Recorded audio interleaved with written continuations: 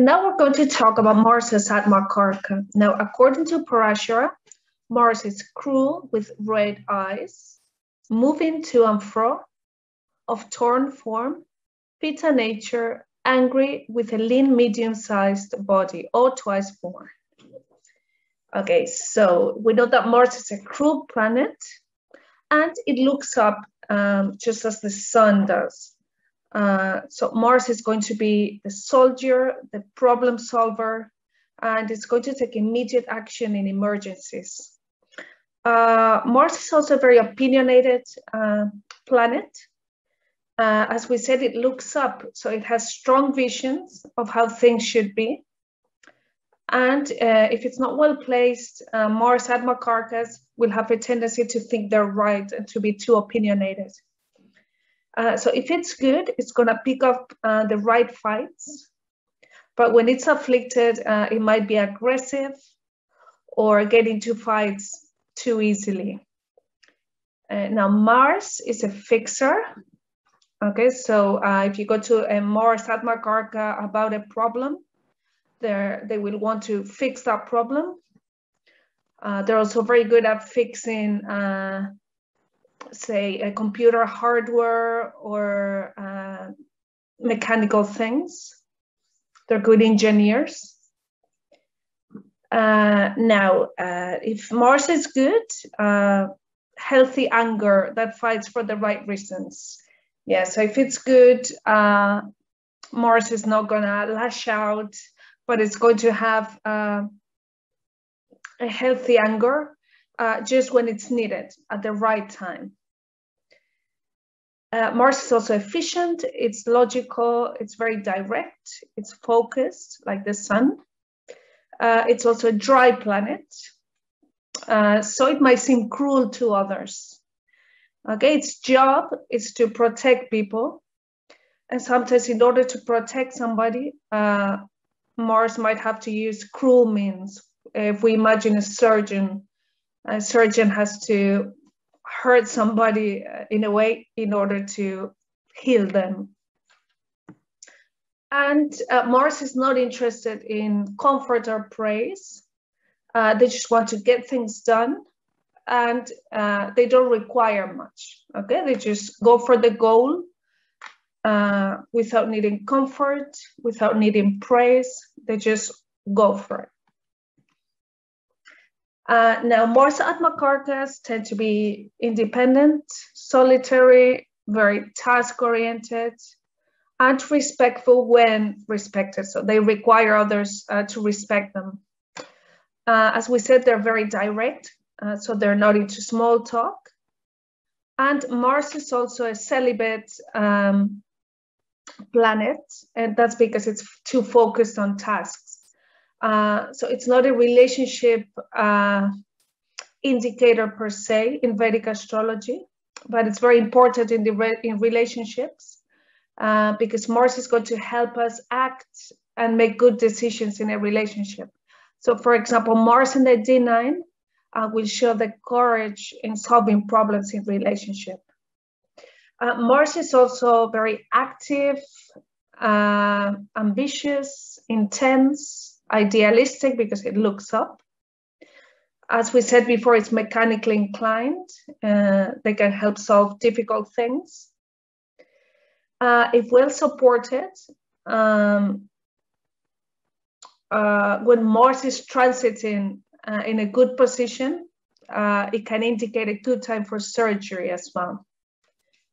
Then, as we said, Mars can be too opinionated. If it's not well placed, it can become argumentative or too fanatical about ideas, militant. Yeah, Mars is the soldier, so it will become too militant.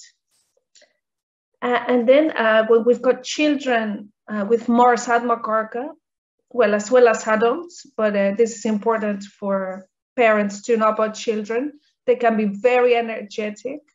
So it would be important for them to find an outlet like sports or martial arts would be really good for them so that they can let out that energy. And Mars is also the planet of our character, and it can show how we act in difficult situations. Mars is our will. our ambition. Okay.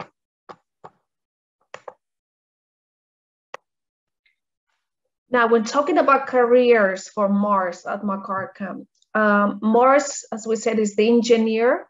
So they're very good at building things. Mars also represents real estate. And Mars can also use materials in a very innovative way.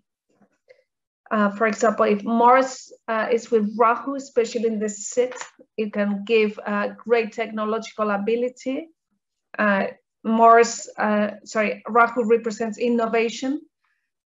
So they will be able to create something very innovative technologically.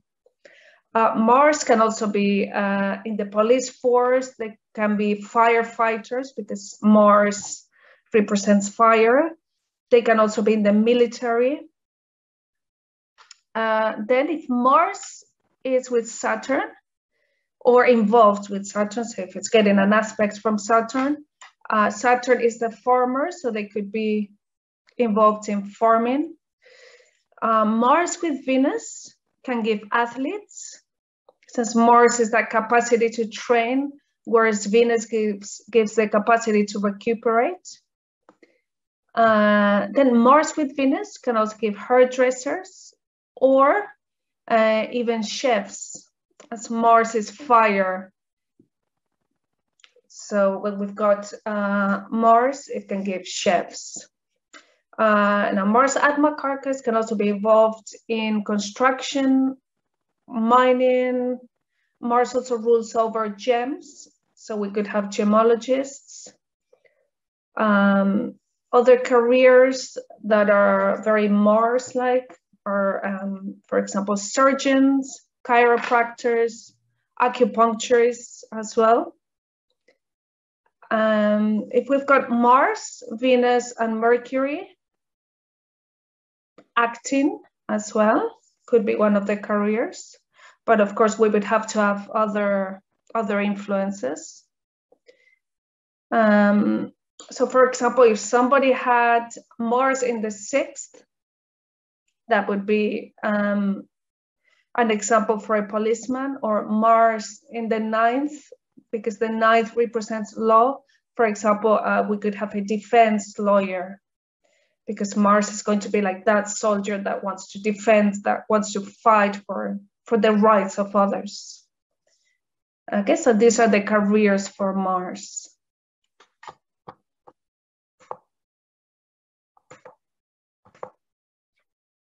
Now, what is the appearance that Mars as AtmaKaraka can give? Well, remember, it's not just Mars as AtmaKaraka, but we could have Mars with the AtmaKaraka, or Mars with the Ascendant Lord, Mars on the Ascendant, Mars aspecting the Ascendant Lord. Okay, so Mars tends to give skinny people who do not put on weight easily because they're Pitta types, fiery types. They tend to be very active. And if Mars is good, they tend to stay younger longer. And if Mars is afflicted, they tend to look a little bit rugged. Okay, but Mars usually gives very thin and active people. Now, what are the remedies for an afflicted Mars? And by afflicted Mars, we mean Mars debilitated in Cancer, or Mars in its enemy sign, so in Mercury signs. Okay, so now Mars represents the third chakra, which is all about our personal power, our ability to have a strong energy. It's the eye, the ability to process nutrients as well. So when Mars is debilitated, we're going to tend to lose our personal power. So it's very good to do breath work for the solar plexus, for the third chakra, such as a breath of fire, for example. And that would make the digestive fire strong, and it would make us gain personal power. It would also be very good to hold awareness in our third chakra in order to strengthen that personal power. It would help us be centered as well, and it's good for protecting our energy field. And that's meant to be very good for healers and astrologers who tend to take on others' energies. So just holding awareness in our third chakra. Now then, when Mars is starved by Saturn, they might push themselves too much. So it's important for them to learn to surrender. When Mars is with Mercury, there's going to be too much thinking and not acting. So all the thinking is going to stop them from acting. And it's important for them to practice acting immediately. And when somebody's got Mars as dark arca, okay, as the significator for spouse, it's good advice to be direct with the partner, okay, to have authority about what you say. That partner might want to fix problems, and they're not going to be into comforting like Venus or the moon. They're going to be very straightforward and direct. So it might work to be direct with them as well.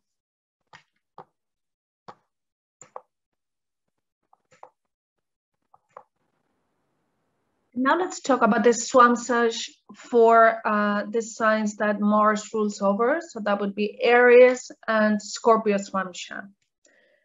So Aries Svamsa, according to Jaimini, Aries is 5 rats and cats. And what does that refer to? So 5 rats and cats refers to the small little things in life, the things that might be a little bit annoying to do.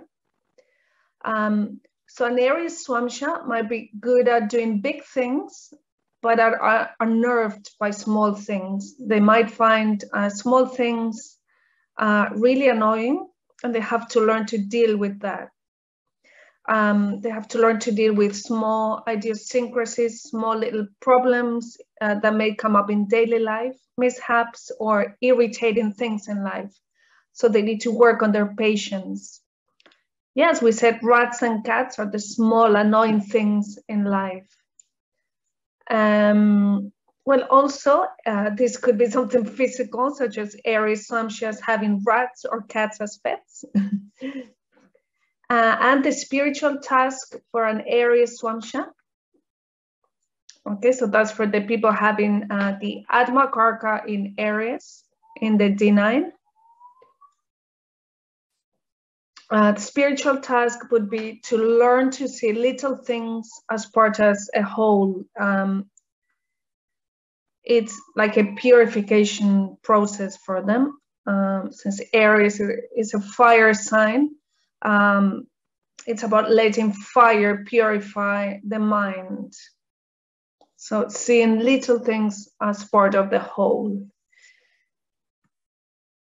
And then we've got Scorpio Svamsa. Again, what does Jaimini have to say about Scorpio? Demons, water, serpents, Vishnu, and deprivation of that contained in the breast. Okay, so demons refers to fears, to false ideas we've got about ourselves, and learning how to face those fears, those hidden emotions. Water refers to the emotions. So Scorpio Svamsa is going to learn to balance those emotions. It's going to learn to go down, go deep, dive into those fears, those emotions, and just balance them, grow out of them. A bit like the lotus grows out of mud. Scorpio is a big sign of transformation, so it's got great spiritual potential, but one has to learn from change in order to transform spiritually. Then when the moon is debilitated in Scorpio, it can also give separation from the mother. Of course, one has to have other potentials for that in the chart. but it can happen. So for example, if we look at Yogananda's chart, he had Scorpio Svamsa, and he lost his mother at a very young age, and that drove him to spirituality. So what is the job of a Scorpio Svamsa? It's to become internally secure in a world that changes constantly. So if we think of the serpents as constant change, as our desires, as the cosmic illusion, and Scorpio, well, Jaimini gives us Vishnu in the explanation for Scorpio. And we see in many sculptures, Vishnu represented as sleeping on a serpent. And that can be a representation of Vishnu having conquered desires. Okay, so the job of a Scorpio Svamsa would be to become internally secure, to conquer desires, and to transform spiritually from all the changes in life. Now, Scorpio can be spiritual sign because it's a Brahman sign. And Scorpio Svamsa people can be involved in education, usually not for money, but just because they want to share their knowledge. And Scorpio Svamsas can also benefit from learning the Yoga Sutras or inquiry. For example, inquiry by Ramana Maharshi. Again, that's Scorpio Svamsa.